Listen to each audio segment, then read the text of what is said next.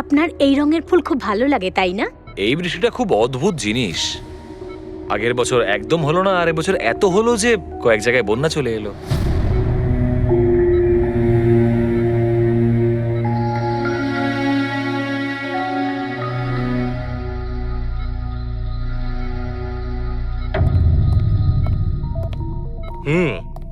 বাবা, তোমার এই স্টুডেন্টরা তাদের ভালোবাসায় তোমাকে বিগড়ে দিচ্ছে খালি, তাই না? তোমার তো খুব ভালোই লাগছে। জিজ্ঞাসা করা যাক, কি হলো বলো?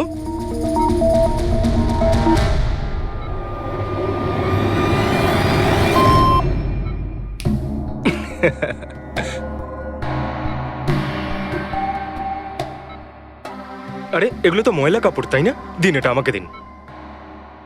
ভাই, আমি আসছি।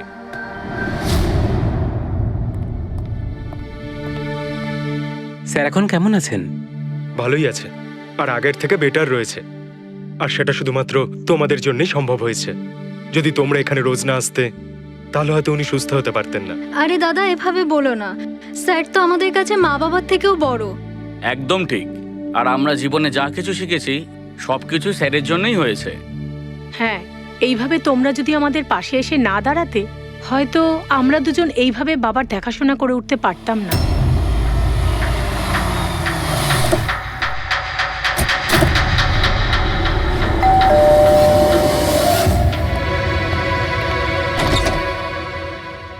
সন্দীপ আঙ্কেল, নমস্কার আঙ্কেল। নমস্কার। ভালো আছো? তোমার বাবা কেমন? ভালো আছেন, খুব ভালো আছেন। বাহ, বেশ কথা। দেখো, ওর জন্য এটা এনেছিলাম।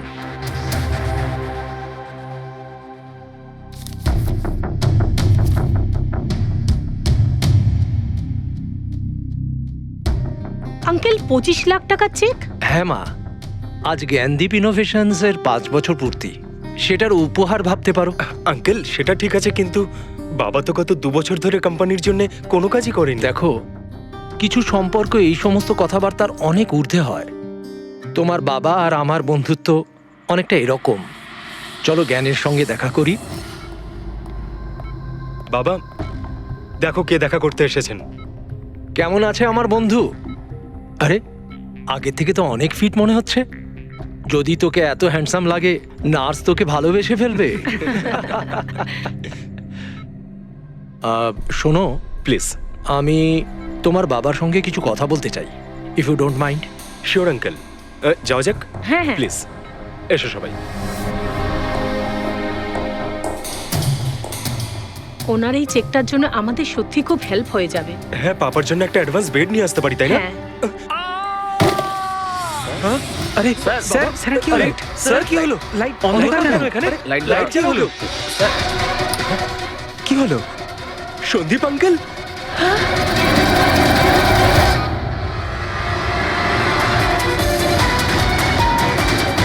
I think he is dead. Gyan sir, আপনি ঠিক আছেন তো? এই ছুরিটা ক্যান্সারের হাতে?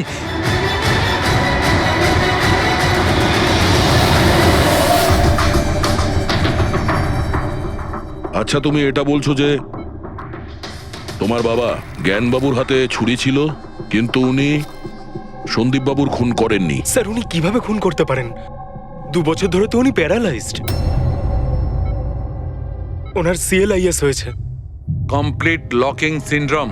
হ্যাঁ স্যার, এই পরিস্থিতিতে শরীরের কোনো অংশই কাজ করে না, এমনকি চোখের পাতা পর্যন্ত পড়ে না। ওনার প্যারালাইসিস হলো কি করে? স্যার 2 বছর আগে বাবার একটা অ্যাক্সিডেন্ট হয়েছিল। অদ্ভুত ব্যাপার, 2 বছর আগে ওনার অ্যাক্সিডেন্ট হয়েছিল, তখন থেকে উনি বিছানায়। তাহলে ওনার হাতে ছুরি এলো কি করে? স্যার এটা অসম্ভব। খুন জ্ঞান স্যার নয়, অন্য কেউ করেছেন। আরে কিন্তু ছুরি তো ওনার হাতেই ছিল। হয়তো খুনি এই কাজটা করেছে। তার মানে হলো এই রুমে জ্ঞানবাবু আর সন্দীপবাবু ছাড়া আরো কেউ ছিল? না স্যার, আমরা সবাই তো নিচেই ছিলাম। হ্যাঁ স্যার, আর ঘরে তো আর কেউ ছিল না স্যার। তার মানে তুমি এটা বলতে চাইছো যে এই খুন জ্ঞানবাবু করেছেন? না স্যার, আমি সেটা বলতে চাইনি। তুমি কি বলতে চাইছো? সন্দীপ তাহলে নিজেকেই ছুরি মেরেছে, আর মারা যাওয়ার আগে ছুরিটা ওনার হাতে ধরিয়ে দিয়ে যায়? হ্যাঁ, আবার এমন নয় তো যে জ্ঞানবাবুর কোনো শরীর খারাপই নয়, শুধু অ্যাক্টিং করছেন। স্যার আপনি এসব কি বলছেন? যেটা আপনি শুনলেন, যদি আপনার কোনো আপত্তি না থাকে, আমরা আপনার বাবাকে আরেকবার চেক করতে চাই। করুন আপনি। আমরা কি মিথ্যা বলছি নাকি? দেখে নিচ্ছি।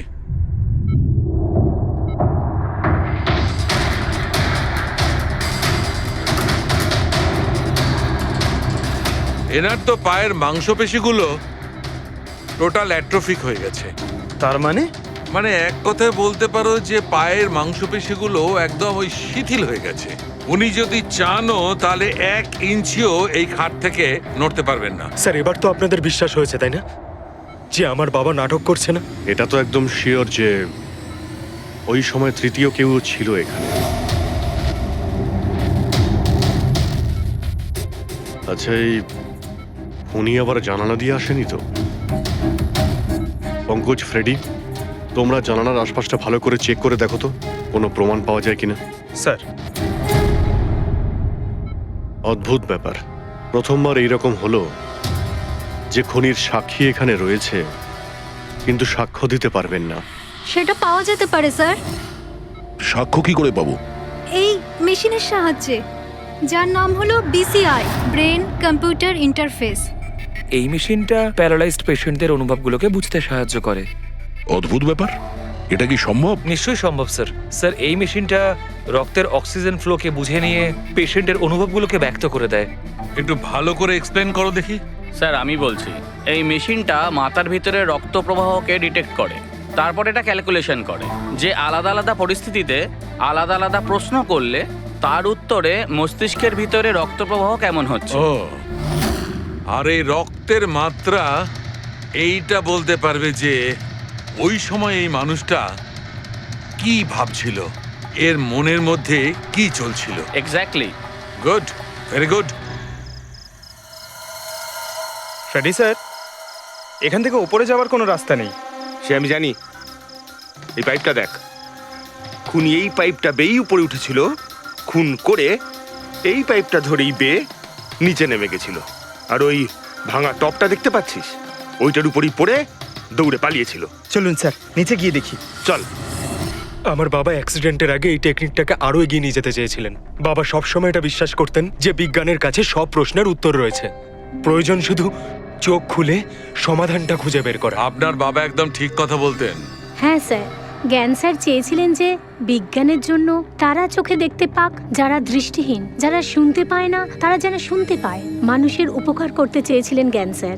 আর নিয়তির খেলা দেখুন, আজ ওনারই আবিষ্কার ওনাকে সাহায্য করছে, যেটা একদিন ওনার অনেক বড় স্বপ্ন ছিল।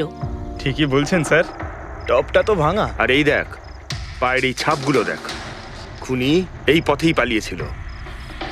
স্যার এখানে দেখুন, রক্ত স্যার। তার মানে পঙ্কজ, ঘরের ভেতর আরো কেউ ছিল যে সন্দীপ বাবুকে খুন করেছে। রক্তের এই স্যাম্পলটা নিয়ে ফরেন্সিক ল্যাবে যাওয়া যাক। আচ্ছা, এই জ্ঞানবাবু বিসিআই এর সাহায্যে কি কথা বলতেন? যেরকম ওনার যখন খিদে পেত উনি সেটা বলতেন, যদি ওনার বেড প্যানের প্রয়োজন হতো সেটাও বলতেন, এমনকি বাবা ওটা দিয়ে দাবাও খেলতেন স্যার। কি দাবা খেলতেন? গ্রেট। হ্যাঁ স্যার, যেমন যেমন প্যাটার্ন এনার মনের মধ্যে তৈরি হতো সেই অনুযায়ী অক্ষরের পেছনে লাইটগুলো জ্বলে উঠতো, আর আমরা অক্ষরগুলোকে মিলিয়ে বুঝে যেতাম যে ইনি কি বলতে চাইছেন। তাহলে তো উনি বলতে পারবেন যে খুনি কে। হ্যাঁ স্যার, নিশ্চয়ই। স্যার বাবাকে একবার জিজ্ঞেস করা উচিত। অবশ্যই করব, আগে তো আমরা ভালো করে তদন্ত করে নিই।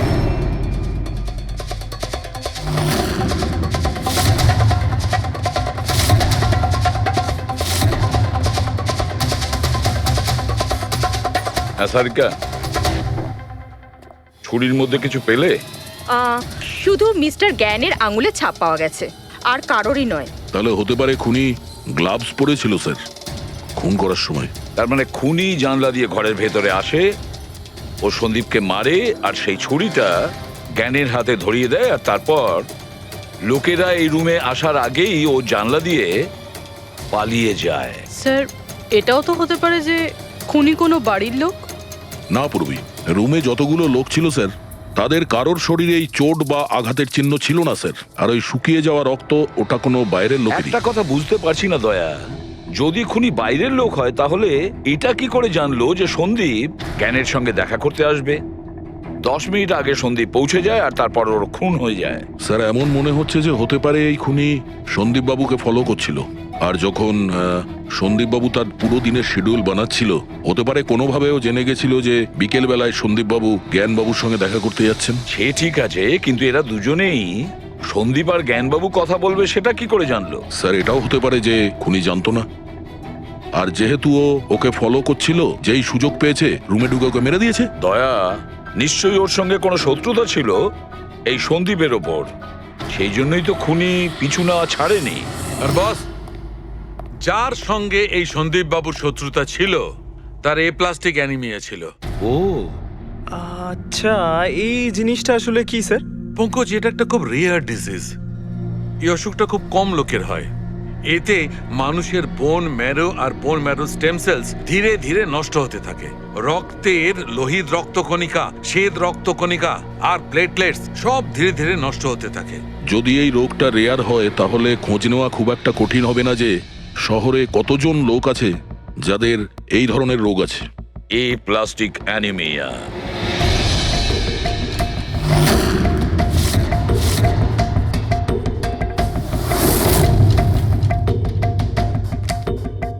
হ্যাঁ দা, কিছু পেলে? হ্যাঁ স্যার, এই শহরে সব মিলিয়ে ৪৫ জন লোক আছে যারা এই রেয়ার অসুখে ভুগছে স্যার। তাদের মধ্যে ১৬ জন তো দেশেই নেই। তার মানে বাকি রইল ২৯। তাদের মধ্যে ১৪ জন এমন লোক আছে যারা বয়স্ক, মানে উঁচু ব্যালকনি থেকে লাফাতে পারবে না। বাকি রইল ১৫। তাদের মধ্যে ৭ জন বাচ্চা আছে যাদের বয়স ১২ বছরের কম। তাহলে বাঁচলো ৮ জন। হ্যাঁ স্যার, আর ৮ জনের মধ্যে তো ৪ জন এমন আছে স্যার যারা অনেক বেশি মোটা স্যার। এই দেখুন, ও, এরা না ওই ব্যালকনিতে উঠতে পারে না লাফাতে পারে। অসম্ভব স্যার। তার মানে দয়া, আমাদের কাছে সাসপেক্ট ৪ জন। ৪ জন সাসপেক্ট। হ্যাঁ স্যার। নাম কি তাদের? স্যার, লীলা, রমেশ, সুনীল আর হেমন্ত। নীলা, রমেশ, সুনীল আর হেমন্ত। রবি, স্যার, একটু দেখো তো আমাদের ক্রিমিনাল ডেটাবেসে কোনো পুরনো পাপি কিনা।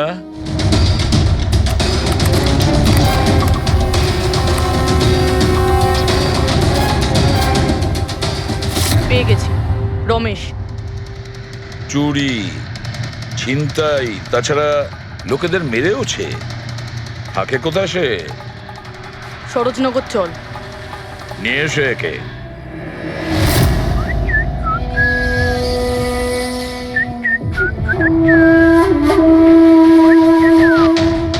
মালা, একটা ফুলের মালা আমাকেও একটু পরাও। আচ্ছা বলো, বিয়ে কবে করছো? বিয়ে? আর তোকে? আমার এতটাও খারাপ সময় আসেনি যে তোকে বিয়ে করতে হবে। কেন? তুই এতটাই খারাপ দেখতে যে তোর বাড়ির আয়না ভয় পেয়ে যায় তোকে দেখে। কিন্তু তোমার বাড়ির আয়না তোমার জন্য কবিতা বলে, এটা আমি খুব ভালো করে জানি। আরে, তোর হাতে আবার কি হলো? আরে কিছু না, শত্রুর সাথে যুদ্ধ করতে গেলে এরকম চোট লেগেই থাকে মালা দেবী। নাটক করিস না, বল কি হয়েছে? ব্যাপারটা এই যে আমি হেঁটে হেঁটে যাচ্ছিলাম, হঠাৎ করে দেখলাম একটা বুড়ি মহিলা রাস্তা পেরোনোর জন্য এগোচ্ছিল। তখনই উল্টো দিক থেকে একটা মোটরসাইকেল খুব জোরে, খুব স্পিডে, ১০০ স্পিডে ওর দিকেই এগোচ্ছিল। যখনই মোটরসাইকেল ওই বুড়ি মহিলাকে ধাক্কা মারতে যাচ্ছিল, মাঝখানে পৌঁছে গেলাম আমি আর বাঁচিয়ে নিলাম ওকে। আচ্ছা, তুই এতটাই সাহসী? আমি কি কি ভালো পারি সে ব্যাপারে তো তুমি এখনো জানোই না। আচ্ছা বল, আর কি কি গুণ আছে তোর মধ্যে?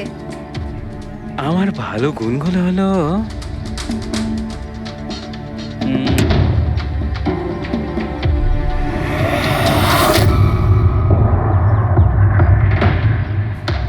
কি হলো? তোর মুখটা ভয়ে এভাবে ফ্যাকাশে হয়ে গেল? মালা, মালা আমাকে একটু একটু একটু লুকোতে দে। আরে মালা, লুকোতে দে। লুকোচ্ছিস কেন? আরে মালা, আরে কেন লুকোচ্ছিস তুই? এটা কি করে দিলি তুই? আমার সব ফুল নষ্ট করে দিলি। স্যার, এ তো সেই।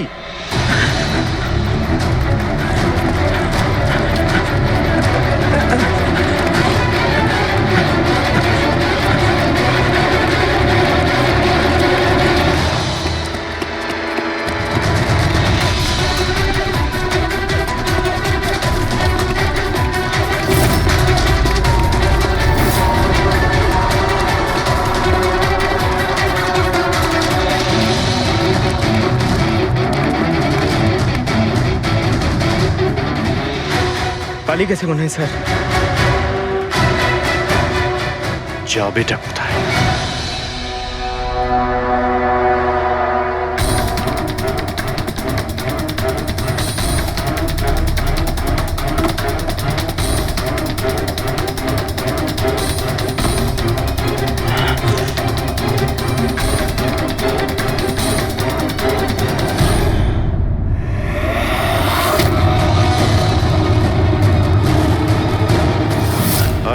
তোরই বাড়ি এটা। দৌড়াচ্ছিস কোথায়? হ্যাঁ, সিআইডি থেকে পালানো তো সহজ নয়। আমার একটা গুণ আছে, যখন আমি রেগে যাই তখন অপরাধীর খারাপ সময় শুরু হয়ে যায়। এর তো খারাপ টাইম শুরু হয়ে গেছে স্যার। এসব কোথা থেকে নিয়ে এসেছিস? হ্যাঁ,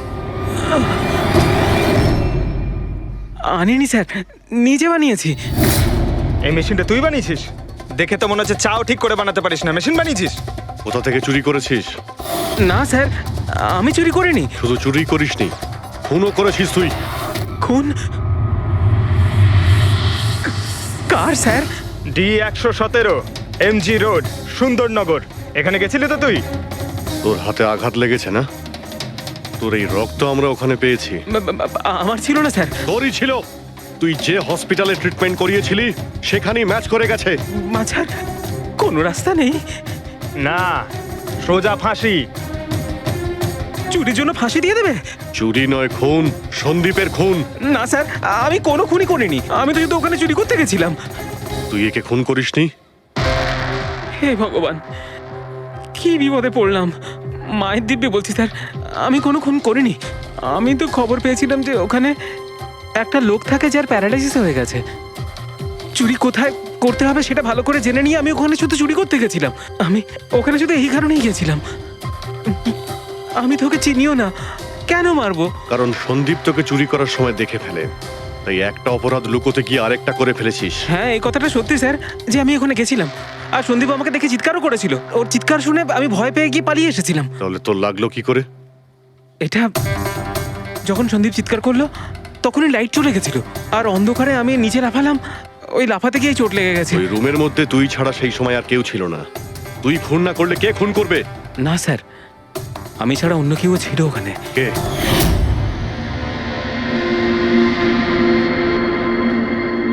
কে কে তুমি? হ্যাঁ, অন্ধকারে মুখটা তো ঠিক দেখতে পাইনি, তবে ওর ঘড়িটা চকচক করছিল। ঘড়ি? সন্দীপ তো কোনো ঘড়ি পড়েছিল না। স্যারও মিথ্যে বলছে। কোনো মানুষ ছিল না, কোনো ঘড়ি ছিল না। কেউ ছিল কি ছিল না তার উত্তর তো ওই দিতে পারবে। জ্ঞান, উনি আজ কেমন আছেন? স্যার আগের থেকে বেটার, কিন্তু আজকে কিছু জিজ্ঞাসা করতে চান ওনাকে? শুরু করি। শিওর স্যার, কিন্তু আপনারা যা জিজ্ঞেস করতে চান একটু স্লোলি জিজ্ঞাসা করবেন স্যার, যাতে উনি আপনাদের এক একটা শব্দ বুঝতে পারেন স্যার। হ্যাঁ, জ্ঞানবাবু, এ রমেশ, এ একজন চোর। যে রাতে সন্দীপ বাবুর খুন হয়েছিল ও এখানে চুরি করতে এসেছিল। ও বলছে যে সেই রাতে এখানে অন্য কাউকে দেখেছিল।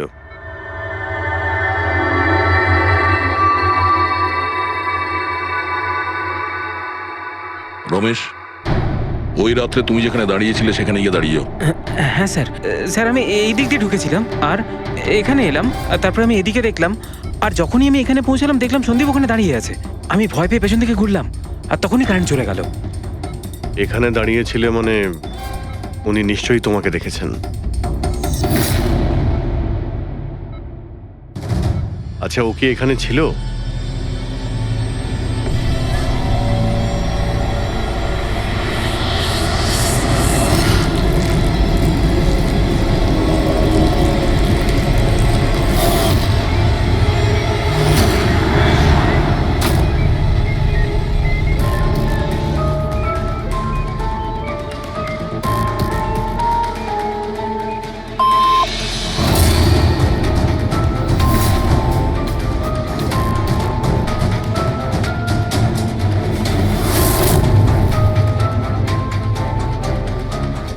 আচ্ছা, রমেশই কি খুন করেছিল?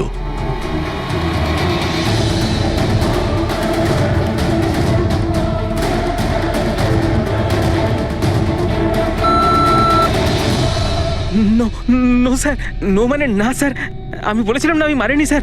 হ্যাঁ ঠিক আছে, তুমি এদিকে দাঁড়াও। আচ্ছা আচ্ছা, আপনি এটা বলুন, আপনি কি খুনিকে দেখেছেন? আপনি চেনেন খুনিকে?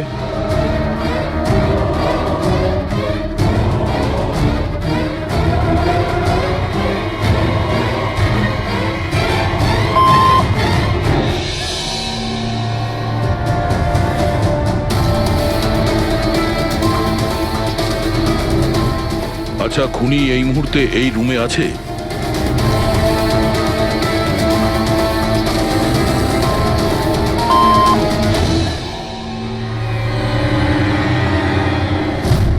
তার মানে খুনি আমাদের মধ্যেই কেউ একজন। আপনার কোনো স্টুডেন্ট?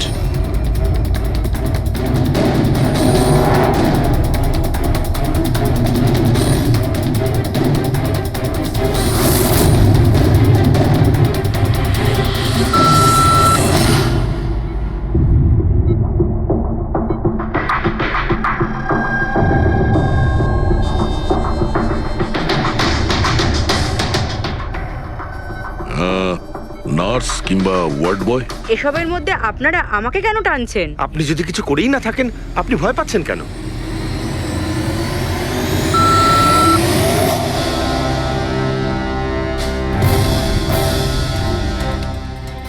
জ্ঞানবাবু, তাহলে শুধুমাত্র তো আপনার ফ্যামিলির লোকেরা আছে।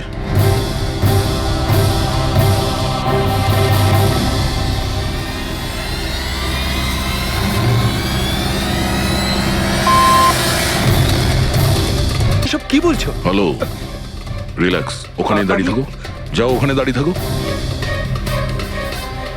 আচ্ছা, এটা বলুন, আপনার ছেলেই কি খুনি?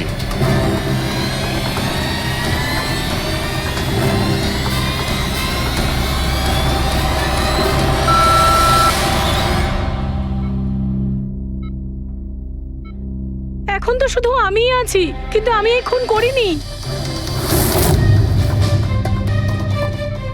জ্ঞানবাবু, আচ্ছা জ্ঞানবাবু, রিনা খুনি?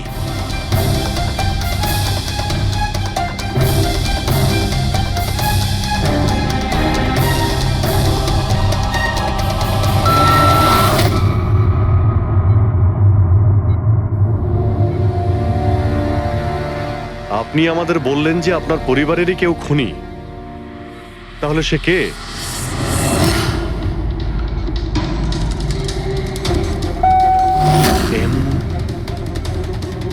এম? আপনাদের মধ্যে কার নাম এম থেকে শুরু হয়?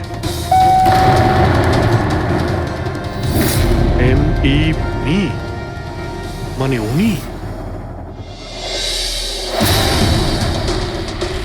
জ্ঞানবাবু, আপনি বলছেন যে খুন আপনি করেছেন?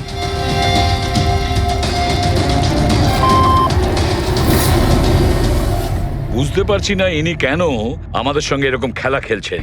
কালকের কাগজে হয়তো আসবে যে সিআইডি নাকি খুনের অপরাধে এমন লোককে অ্যারেস্ট করেছে যে নাকি প্যারালাইসিস হয়ে পড়ে আছে 2 বছর ধরে। খুনি নিশ্চয়ই জ্ঞানবাবুর আশেপাশের কেউ।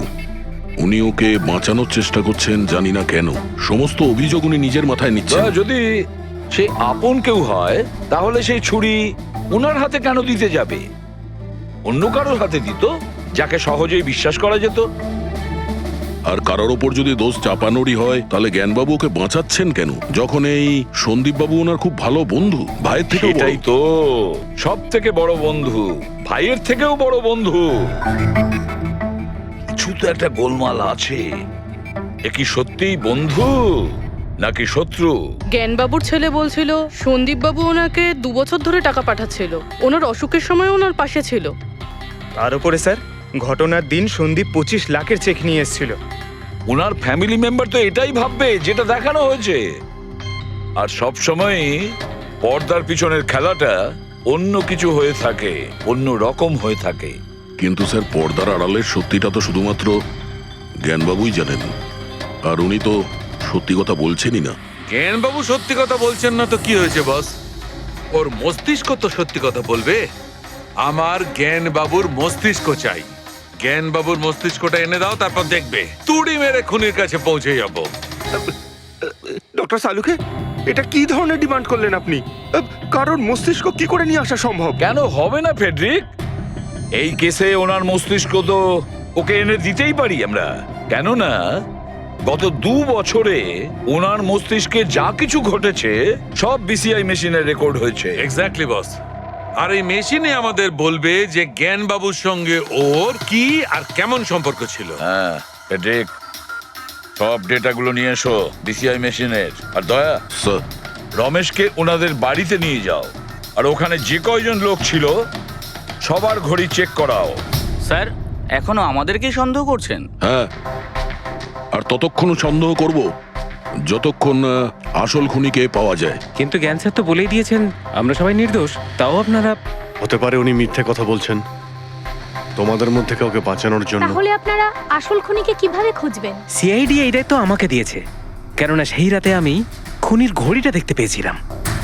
কিন্তু সেদিন তো ঘরে অন্ধকার ছিল, তুই ঘড়ি কি করে দেখলি? ম্যাডাম, এই পৃথিবীর বেস্ট চোর আমি। যে জিনিসের দিকে নজর দিই মাথায় পুরো কুষ্টি চেপে যায়। তাহলে দুনিয়ার বেস্ট চোর বাবু, কাজে লেগে যান।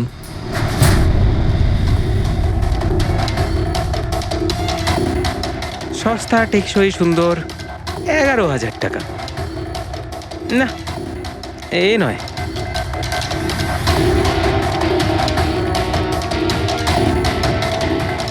না স্যার, আপনি একটু হাতটা দেখাবেন? এও নয়, এটা তো একেবারে বেকার। ও হ্যালো, বেকার এটা, 2 লাখ টাকা দাম। আরে ম্যাডাম, 2 লাখের ঘড়ির কপি, এটা ডুপ্লিকেট মাল। চোর বাজারে এর গুদাম আছে, 1500 টাকাতে আনিয়ে দেবো। হাতটা দেখি। হাত কেন কাঁপছে আপনার সকাল সকাল? না স্যার, এও নয়। স্যার, অ্যাকচুয়ালি আমার নিউরোলজিক্যাল প্রবলেম রয়েছে। ছোটবেলা থেকেই আমার হাত কাঁপে, আমি কোনো কিছু ভালোভাবে ধরতে পারি না। পঙ্কজ, একটু ওই পেনটা দাও ওকে।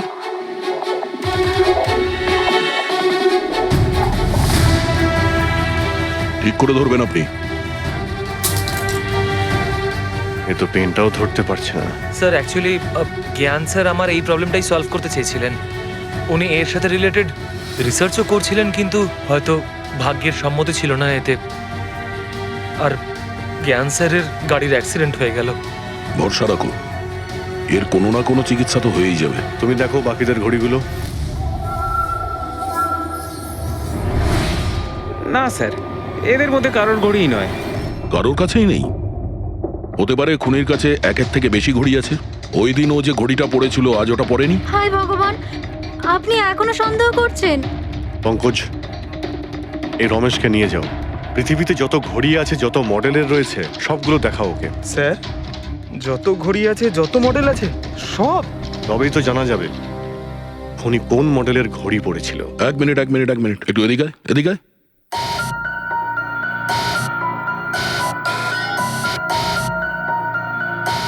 এই নাও, নিজের মানিব্যাগ সাবধানে রাখবেন যখন এই লোকটার সাথে আছে। হ্যাঁ, বলেছিলাম না পৃথিবীর বেস্ট চোর আমি। আর দীপিকার ইয়াররিং আমার ইয়াররিংস? বার কর। স্যার, আপনি এটাও দেখে ফেলেছেন? সিআইডি থেকে কিছু লুকোনো যায় না। হ্যাঁ, যা। আয় বেস্ট চোর, এদিকে আয়। আপনারা এটা বলুন যে এই জ্ঞানবাবু আর সন্দীপের মধ্যে কোনো কি প্রবলেম চলছিল? স্যার, খুব ভালো সম্পর্ক ছিল। তাহলে জ্ঞানবাবু সন্দীপবাবুর খুনের অভিযোগ নিজের মাথায় নিলেন কেন? ওনাদের দুজনের ভেতরে কোনো টেনশন হয়েছিল? না স্যার, কোনো টেনশন তো ছিল না, কিন্তু একটা বিষয় নিয়ে তর্ক হচ্ছিল। অ্যাক্সিডেন্টের ঠিক আগে ওনার বিসিআই মেশিনটা একটা পয়েন্টে এসে আটকে গেছিল, আর কোনো রকম সলিউশনও পাওয়া যাচ্ছিল না। এই জন্য জ্ঞান স্যার সবসময় বিরক্ত থাকতেন আর খুব রাগও করতেন। হ্যাঁ স্যার, যখন সন্দীপ আঙ্কেল বাবাকে বলেছিলেন যে আপনি চিন্তা করবেন না, দেখবেন সব ঠিক হয়ে যাবে, তখন বাবা ওনার উপরও রেগে গেছিলেন। হ্যাঁ স্যার, এর জন্য হয়তো উনি জোরে গাড়ি চালাচ্ছিলেন আর অ্যাক্সিডেন্টটা হয়ে গেছে। এক মিনিট। যদি এই অ্যাক্সিডেন্টটা বিসিআই মেশিন তৈরি হওয়ার আগেই হয়েছিল, তাহলে এই বিসিআই মেশিনটা কাজ করছে কি করে? স্যার, সন্দীপ আঙ্কেল সেটা কমপ্লিট করেছিলেন। সন্দীপ বাবু? কিন্তু উনি তো কোনো সায়েন্টিস্ট ছিলেনই না। হ্যাঁ, কিন্তু জানি না স্যার, সন্দীপ আঙ্কেল ওই মেশিনের সব সমস্যাগুলো ঠিক করে দিয়েছিলেন স্যার। আর বাবার অ্যাক্সিডেন্টের 1 মাস পরেই ওটা কাজ করতে শুরু করে দেয়, আর প্রজেক্টও সাকসেসফুল হয়েছে স্যার। অদ্ভুত ব্যাপার, এটা কি করে হতে পারে? একজন নন সায়েন্টিস্ট এরকম কমপ্লিকেটেড মেশিন কি করে চালু করতে পারে, যেটা ওনার মতো বৈজ্ঞানিকই শুরু করতে পারেননি? বোধহয় আন্দাজে করে ফেলেছিলেন।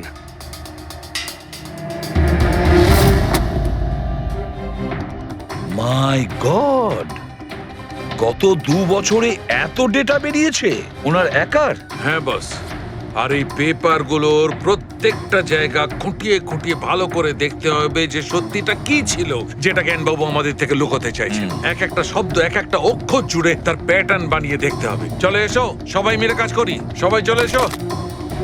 রেডি?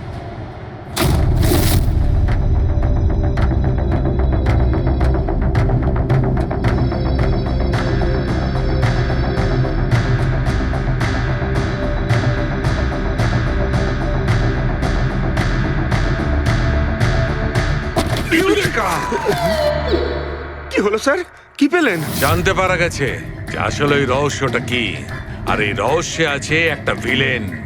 জানতে পেরেছি যে জ্ঞানবাবু কিভাবে একটা একটা অক্ষর জুড়ে এই ঘটনাটাকে ব্যাখ্যা করেছেন। অক্ষর, অক্ষর থেকে তৈরি শব্দ, আর শব্দ থেকে তৈরি বাক্য, সেন্টেন্স। না জানি কত সময় লেগেছিল ওনার পুরো ঘটনাটা, পুরো সত্যিটা এভাবে বলার জন্য। হ্যাঁ বস, কম করে 6 মাস। আর সেটা তখন শুরু হয়েছিল অ্যাক্সিডেন্টের ঠিক আগে। আজকের পর থেকে এই কোম্পানিতে তুমি সাইলেন্ট পার্টনার, আর তোমার লাভ শুধুমাত্র 5% হবে, আর তার থেকে বেশি তুমি 1 টাকাও পাবে না। ও ওকে ওকে ওকে ওকে, আমার মনে হচ্ছে তোমার এই প্রজেক্টটা কমপ্লিট হয়ে গেছে আর তুমি সফল হয়ে গেছো। হ্যাঁ হ্যাঁ, আমি সফল হয়ে গেছি, কিন্তু আমি এই মেশিনটা গরিবদের জন্য বানিয়েছি, মানবতার জন্য বানিয়েছি, তোমার মতো লোভী মানুষদের জন্য বানাইনি। আজকের পর থেকে আমরা একসাথে কাজ করব না। আমি যাচ্ছি, কফির জন্যে বৌদিকে ধন্যবাদ জানিয়ে যাচ্ছি।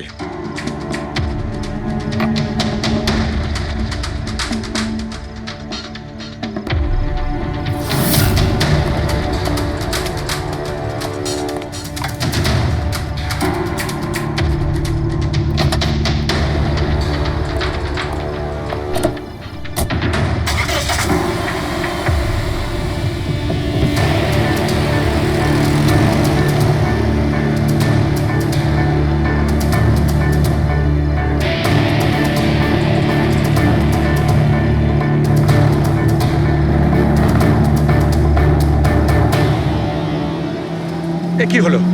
হঠাৎ করে গাড়ি ব্রেক ধরছে না কেন? ব্রেক ছুঁয়ে কি হলো?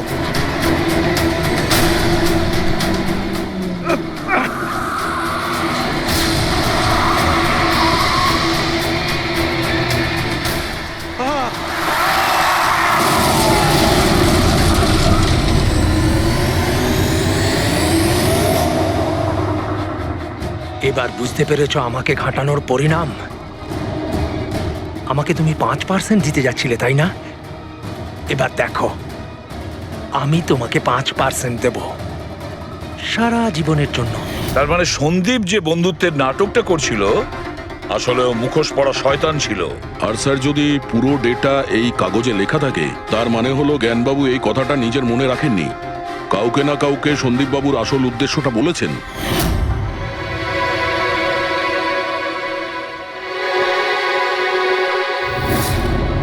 আর উনি এ ব্যাপারে যে বা যাকে সত্যিটা বলেছিলেন সেই হলো অপরাধী, সেই হলো সন্দীপের খুনি। কিন্তু স্যার, যদি খুনি জ্ঞানবাবুর হয়ে প্রতিশোধ নিতে চাইতো, তাহলে খুনি ছুরিটা জ্ঞানবাবুর হাতে কেন ধরালো? ওনাকে ফাঁসাতে চাইছিল? না পুরবি, আমার তো মনে হয় না। খুনি ওনাকে সান্ত্বনা দিতে চেয়েছিল, যে এটা বোঝাতে চেয়েছিল যে দেখুন, আমি আপনার হয়ে সন্দীপকে মেরে ফেলেছি, আপনার প্রতিশোধ আমি নিলাম। আর তাকে বাঁচানোর জন্য জ্ঞানবাবু পুরো অভিযোগ নিজের উপর নিয়ে নিয়েছেন। দয়া, খুনির কাছে পৌঁছানোর একটাই রাস্তা আছে, সেই ঘড়িটা, রিস্ট ওয়াচ, যেটা রমেশ দেখেছিল।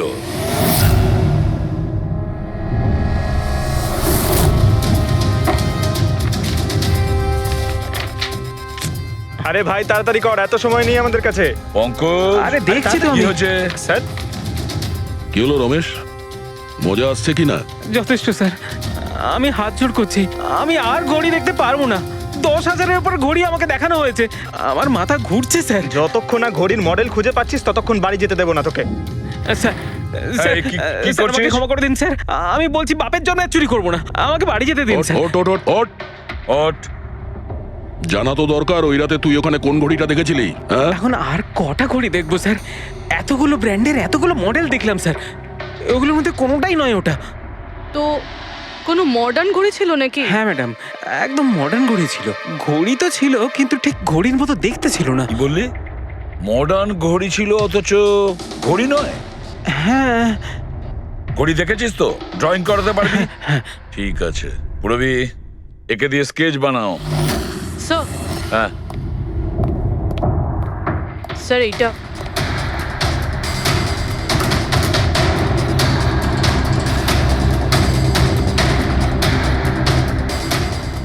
মাই গড, কি হলো?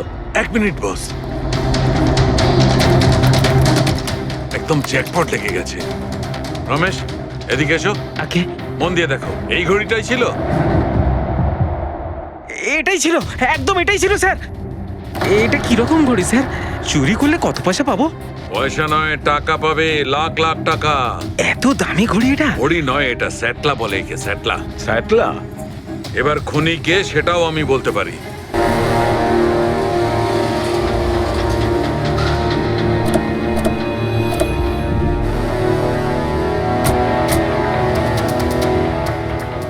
আপনি একটু আপনার হাজবেন্ডকে ডাকুন। কিন্তু আপনারা কারা? আপনি ডাকুন না ওনাকে, উনি চেনেন আমাদের। সোনু, সোনু একটু বাইরে এসো, কারা দেখা করতে এসেছে?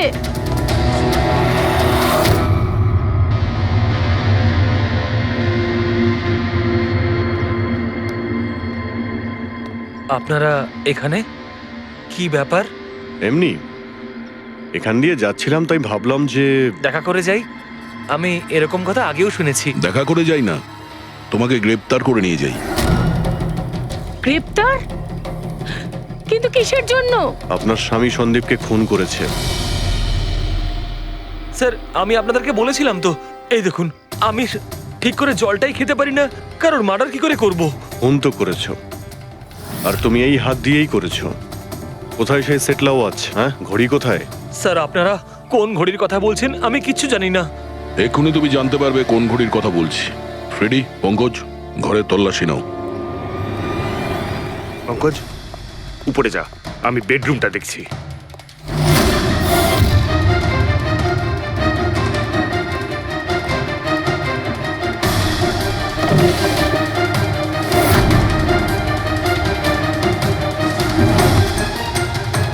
কিচ্ছু নেই।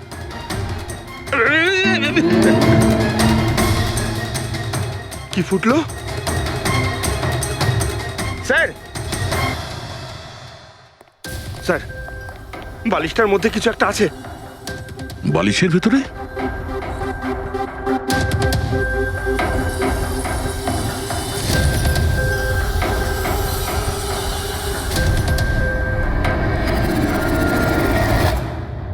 তাই তো, ঘড়ির মতো দেখতে। হ্যাঁ। এই ঘড়িটা কার? আর এই বালিশের ভেতরে কি করছে? আমি কি করে জানবো? যে দোকানদারের থেকে বালিশটা কিনেছিলাম তারই হবে। পড়ো এটা। স্যার, আমি কারোর ঘড়ি কেন পড়তে যাবো স্যার? তুমি এটা পড়বে নাকি অ্যারেস্ট করবো আমরা? অভিজিৎ, একটা কাজ করি, আগে আগে ঘড়ি পরাই, হাত করা তো নিজের থেকেই লেগে যাবে। হ্যাঁ, নাও ওই ঘড়িটা খোলো। স্যার,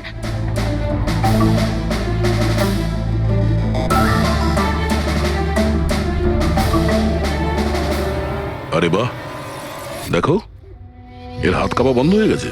হ্যাঁ, স্যার, তো চমৎকার হয়ে গেল, এর হাত কাঁপা থেমে গেল। এটা কোনো চমৎকার নয়, এটা সায়েন্স। এবার দেখো এই ঘড়িটা পরার পরে সোনু কত সহজে খুন করতে পারে।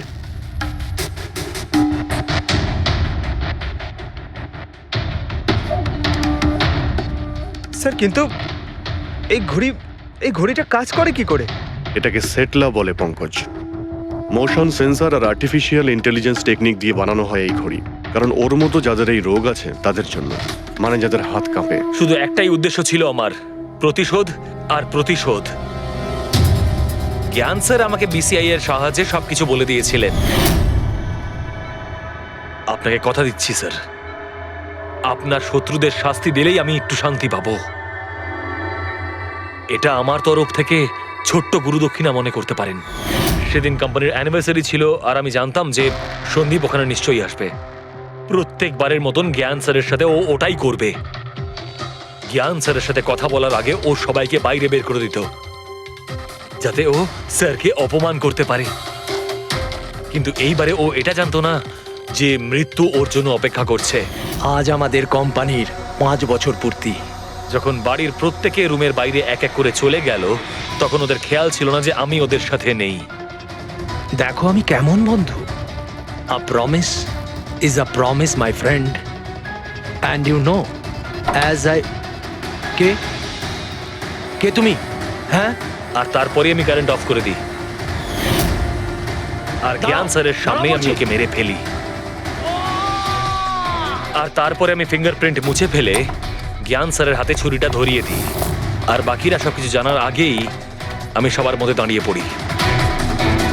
তুমি প্ল্যানটা তো ভালোই করেছিলে, কিন্তু কপালটাই খারাপ। রমেশ ওখানে আসে চুরি করতে, আর ও তোমার এই ঘড়ি দেখে নিয়েছিল। এমনিতেও স্যার কিছুই লুকিয়ে রাখা যায় না। রমেশ না এলেও আজ নয় কাল আমাকে আপনারা ধরেই ফেলতেন। তুমি যখন সবকিছুই বোঝো তাহলে এরকম অপরাধ কেন করলে? জ্ঞান স্যারের ঋণ শোধ করতে। এটা শুধু ঘড়ি নয়, আমার মতো মানুষের কাছে এটা নতুন জীবন, যে জীবনটা জ্ঞান স্যার উপহার দিয়েছিলেন। উনি আমাকে বিশ্বাস করিয়েছিলেন যে বিজ্ঞানের ক্ষেত্রে আমি এগিয়ে যেতে পারি। যেভাবে উনি তোমার সমস্যার সমাধান করেছিলেন, তুমিও সেরকম সমাজের ভালোর জন্য কোনো কাজ করতেই পারতে। কিন্তু তুমি আলোর দিকে যাওয়ার পরিবর্তে অন্ধকারের দিকে চলে গেলে। আর এমন অন্ধকূপে পৌঁছলে